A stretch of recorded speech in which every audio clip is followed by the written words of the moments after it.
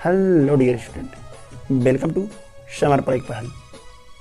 आज हम लोग पढ़ेंगे कक्षा 12 NCERT फिजिक्स के भाग 1 में अध्याय 2 विद्युत विभव एवं धारिता।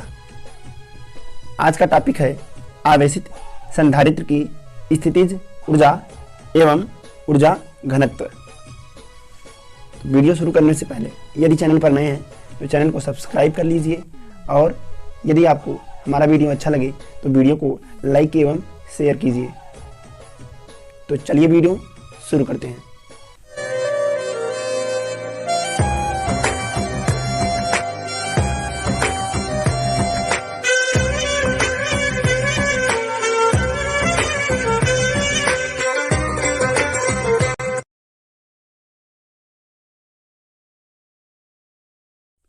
हम जानते हैं किसी निकाय में किया गया बाह्य कार्य ही संधारित्र की स्थितिज ऊर्जा के रूप में संचित हो जाता है। तो इस प्रकार किसी संधारित्र को आवेशित करने में किए गए कार्य को आवेशित संधारित्र की वैद्युत स्थितिज ऊर्जा कहते हैं। वैद्युत स्थितिज ऊर्जा को U से व्यक्त करते हैं। हमें वैद्युत स्थितिज ऊर्जा ज्ञात करने के लिए सर्वप्रथम कार्य ज्ञात होना चाहिए। अब दिए गए चित्र में ध्यान दीजिए। जब हम इस संधारित्र की पहली प्लेट पर अति सूक्ष्म आवेश प्लस dq देंगे तो प्रेरण के कारण संधारित्र की दूसरी प्लेट पर माइनस dq आवेश उत्पन्न हो जाएगा।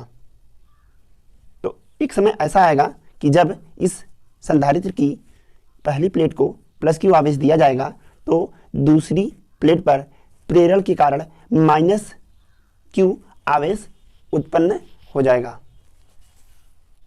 अब देखिए, वही हमने यहाँ पर लिखा है, किसी संधारित्र को आवेशित करने में किए गए कार्य को आवेशित संधारित्र की वैद्युत स्थितिज ऊर्जा कहते हैं। इसे कैपिटल U से व्यक्त करते हैं। संधारित्र की वैद्युत स्थितिज ऊर्जा संधारित्र को आवेशित करने में किए गए कार्य के बराबर होती है। चूंकि प्रारंभ में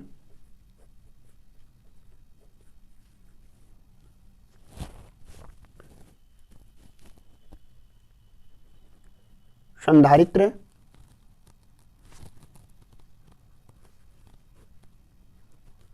अनावेशित है,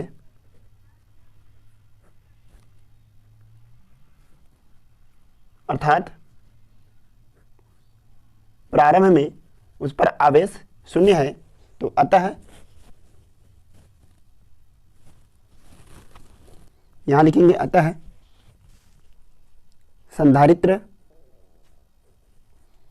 का विभव भी शून्य होगा। ठीक है। अब देखिए, हमने माना कि इस संधारित्र की पहली प्लेट को जब धन q आवेश दिया गया तो उसकी दूसरी प्लेट पर प्रेरण के कारण माइनस dq आवेश उत्पन्न हो गया। माना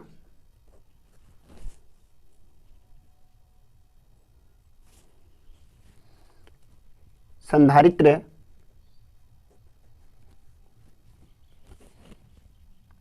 को dq आवेश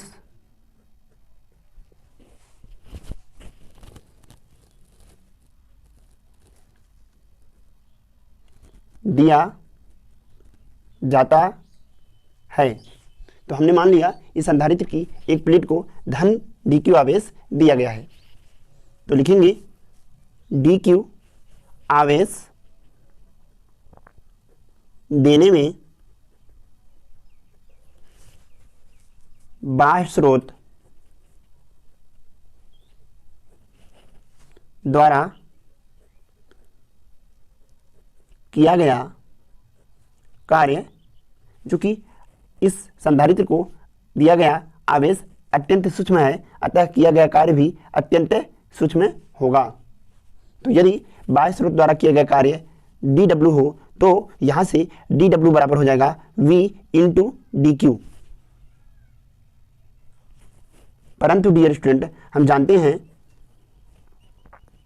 v बराबर होता है Q/C।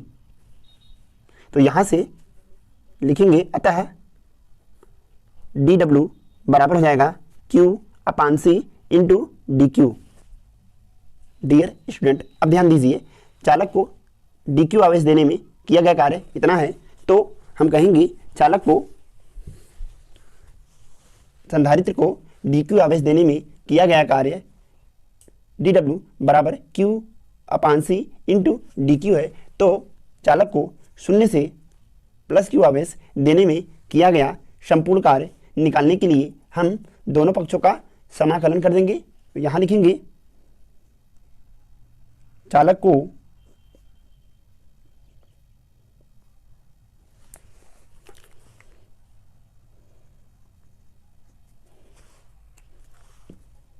चलिए कोई नहीं,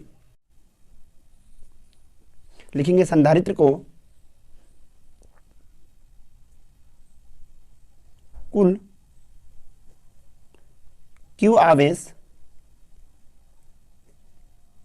देने में किया गया संपूर्ण कार्य। अब यदि चालक को Q आवेश देने में किया गया संपूर्ण कार्य W हो तो W बराबर हो जाएगा समाकलन, इस पूरी राशि का समाकलन हो जाएगा। तो यहाँ पे क्या आएगा, Q/C इंटू dq। अब देखिए इसकी लिमिट हो जाएगी, क्योंकि इस यहाँ पर दिया गया संपूर्ण कार्य W ज्ञात करने के लिए हम समीकरण 1 का समाकलन कर देंगे। तो इस प्रकार W बराबर हो जाएगा समाकलन dw। अब चूंकि यह एक परिमित राशि है, अतः यहाँ पर जो आवेश की मात्रा है वह शून्य से q तक होगा। इस प्रकार यहाँ पर हो जाएगा समाकलन 0 to q इंटू dq बराबर यहाँ पर हो जाएगा dw का वैल्यू रख दिया गया, तो dw का वैल्यू है Q/C इंटू dq। अब यहाँ पर समाकलन की सीमा 0 से q तक होगा, क्योंकि देखिए प्रारंभ में संधारित्र पर आवेश शून्य था और अंत में संधारित्र पर कुल आवेश q हो जाएगा। तो इस प्रकार हम कहेंगे किया गया संपूर्ण कार्य W बराबर हो जाएगा, यहाँ से अचर राशि 1/c बाहर आ जाएगा, तो यहाँ हो जाएगा समाकलन 0 to q into q dq। Dear student, हम जानते हैं समाकलन x dx x की पावर n इंटू dx बराबर होता है x की पावर n+1 अपान n+1। तो जब हम इसका समाकलन करेंगे तो यहाँ पे हो जाएगा समाकलन इस प्रकार, यहाँ पे देखिए ये हो जाएगा समाकलन q dq बराबर q की पावर 1+1 अपान 1+1। तो अगर इस प्रकार जब इस राशि का हम समाकलन करेंगे तो यहाँ पर हमें प्राप्त होगा q की पावर 1+1 अपान 1+1। लिमिट इसकी होगी 0 to q। आगे इसे लिखेंगे 1/c, यहाँ पे देखिए ये हो जाएगा q की power 2 upon 2, limit 0 to q। इस प्रकार हम कह सकते हैं कि आवेशित संधारित्र की वैद्युत स्थितिज ऊर्जा U बराबर हो जाएगा W बराबर हो जाएगा 1/c into Q²/2, limit 0 to q। अब हम जब q के स्थान पे q रखेंगे तो यहाँ पर आएगा 1/c इंटू Q²/2 माइनस पुनः q के स्थान पे 0 रखेंगे तो ये जाएगा 0।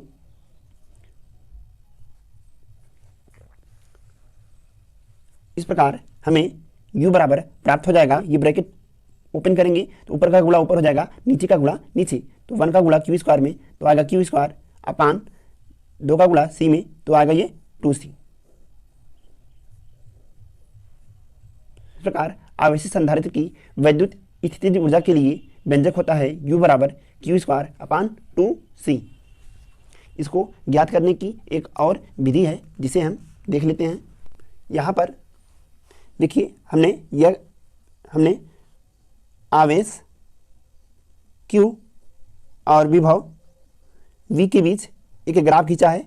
हम जानते हैं कि किसी संधारित्र का आवेश उसके विभव के अनुक्रमानुपाती होता है, अर्थात यदि विभव का मान बढ़ेगा तो आवेश का मान भी बढ़ेगा, और यदि विभव का मान घटेगा तो आवेश का मान भी घटेगा। इस प्रकार हम कह सकते हैं आवेश कैपिटल Q और विभव V डैश एक दूसरे के अनुक्रमानुपाती हैं। जब प्रारंभ में प्लेट पर कोई आवेश नहीं था या प्लेट अनावेशित थी तो प्लेटों के बीच विभवांतर भी शून्य था। मान लीजिए जब प्लेटों पर आवेश Q हो जाता है तो प्लेटों के बीच उत्पन्न विभवांतर V हो जाता है। तो यहाँ पर देखिए, चूंकि हम जानते हैं Q और V डैश एक दूसरे के समानुपाती हैं तो प्राप्त ग्राफ हमें एक त्रिभुज के रूप में प्राप्त होगा। यहाँ से यदि हम किया गया कार्य निकालें तो किया गया कार्य W बराबर हो जाएगा त्रिभुज OAB का क्षेत्रफल। ठीक है, तो अर्थात संधारित्र को 0 से स्मॉल q आवेश तक देने में जो किया गया कार्य W होगा वह त्रिभुज OAB के क्षेत्रफल के बराबर होगा। तो डियर स्टूडेंट, हम जानते हैं त्रिभुज का क्षेत्रफल बराबर होता है 1/2 आधार गुणे ऊंचाई। ठीक है, तो आगे यहाँ पर हो जाएगा 1/2। देखिए इस त्रिभुज में आधार क्या है, यदि हम OA को आधार माने तो निश्चित रूप से AB इस त्रिभुज की ऊंचाई होगी। ठीक है, आगे यहाँ पर लिखेंगे हाफ OA का वैल्यू क्या आएगा। देखिए इसका अंतिम मान Q है और प्रारंभिक मान 0 है, तो ये हो जाएगा Q माइनस 0 गुणा AB का वैल्यू आएगा। तो प्रारंभ में बिंदु A पर विभव 0 था और बिंदु B पर विभव V हो गया, तो इस त्रिभुज की ऊंचाई AB बराबर हो जाएगा V माइनस 0।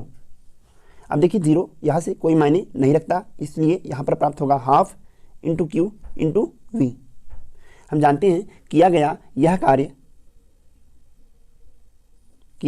यही कार्य संधारित्र की वैद्युत स्थितिज ऊर्जा होगा। तो लिखेंगे अतः संधारित्र की वैद्युत स्थितिज ऊर्जा U बराबर W बराबर हो जाएगा यहाँ पर हाफ QV। अब डियर स्टूडेंट, हम यहाँ पर वैद्युत स्थितिज ऊर्जा U का मान अलग अलग पदों के रूप में ज्ञात करेंगे। तो सबसे पहले जब हम Q बराबर CV रख देंगे तो यहाँ पे देखिए क्या प्राप्त होगा, हमें U बराबर हो जाएगा हाफ, ये आएगा CV गुणे V, आगे ये आएगा हाफ CV स्क्वायर। ठीक है, पुनः जब हम V के स्थान पर Q बाई C रख देंगे, C बराबर होता है Q अपान V, तो यहाँ से यदि हम V का मान निकालें तो V बराबर आएगा Q अपान C। तो यदि हम यह मान समीकरण 1 में रखें तो U बराबर हमें प्राप्त होगा half into Q into Q अपान C। आगे इसे हम लिख सकते हैं हाफ Q का गुणा Q में Q स्क्वायर अपान C। तो इस प्रकार वैद्युत स्थितिज ऊर्जा U का मान किए गए कार्य के तुल्य होगा और किया गया यह कार्य होगा हाफ Q इंटू V बराबर हो जाएगा हाफ CV स्क्वायर बराबर हो जाएगा half Q square upon C। तो इस प्रकार वैद्युत स्थितिज ऊर्जा U बराबर होगा W बराबर हाफ QV बराबर हाफ CV स्क्वायर बराबर half into Q square upon C। तो चलिए अब हम लोग अगली हेडिंग लगाएंगे। तो डियर स्टूडेंट, अगली हेडिंग है आवेशित संधारित्र का ऊर्जा घनत्व।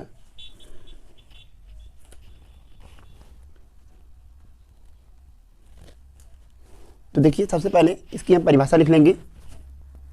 आवेशित संधारित्र की प्लेटों के बीच प्रति एकांक आयतन पर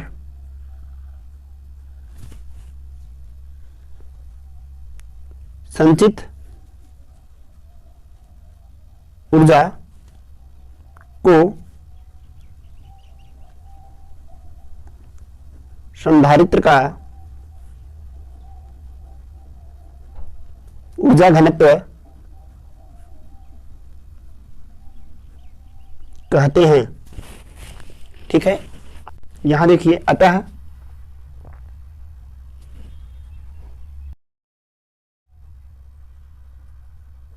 संधारित्र का ऊर्जा घनत्व, जिसे हम स्मॉल u से दिखाते हैं, बराबर हो जाएगा आवेशित संधारित्र की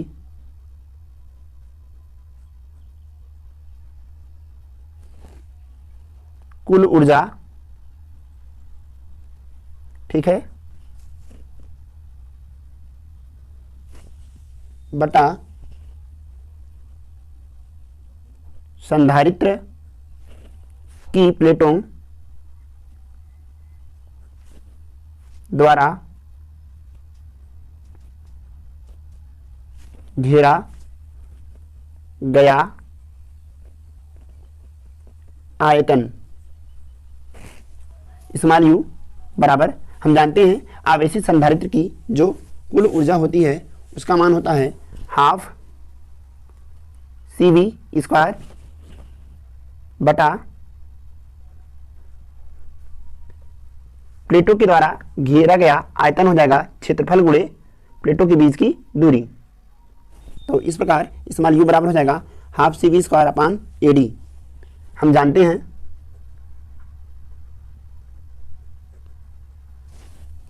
संधारित्र की धारिता C बराबर होता है एप्सिलॉन 0 A अपान D।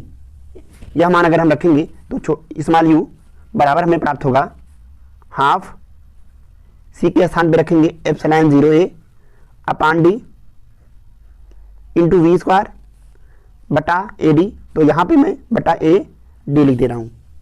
तो ध्यान दीजिए, यहाँ पर A से A कैंसिल हो जाएगा, तो ये आगे आएगा half epsilon 0 into V square बटा D स्क्वायर, क्योंकि यहाँ पर D में D का गुणा करेंगे तो D स्क्वायर हो जाएगा। आगे संधारित्र का ऊर्जा घनत्व स्मॉल u बराबर आएगा हाफ एप्सिलॉन 0 इंटू V बटा D का होल स्क्वायर। अब जरा यहाँ पर ध्यान दीजिएगा, हम जानते हैं V बराबर होता है E इंटू D। तो यहाँ से अगर हम E का मान निकालेंगे तो E बराबर आएगा V बटा D। यह मान यहाँ पर रख देंगे, स्मॉल u बराबर हो जाएगा हाफ एप्सिलॉन 0 इंटू E का स्क्वायर। इस प्रकार संधारित्र का ऊर्जा घनत्व u बराबर हो जाएगा half epsilon 0 into E square, जहां पर एप्सिलॉन 0 निर्वात की वैद्युतशीलता है। नीचे लिखेंगे ऊर्जा घनत्व का मात्रक बराबर हो जाएगा ऊर्जा का मात्रक जो कि जूल है बटा आयतन का मात्रक जो कि मीटर क्यूब है। तो इस प्रकार ऊर्जा घनत्व का मात्रक जूल प्रति मीटर क्यूब होता है। यदि संधारित्र की दोनों प्लेटों के बीच के पराबद्धांक वाला कोई माध्यम भरा गया हो तो U बराबर प्राप्त होगा हाफ एप्सिलॉन 0 के इंटू E स्क्वायर। ठीक है, इस वीडियो में इतना ही डियर स्टूडेंट। यदि वीडियो अच्छा लगा हो तो वीडियो को लाइक एवं शेयर कीजिए। मिलते हैं अगले वीडियो में। Bye bye, love you and take care.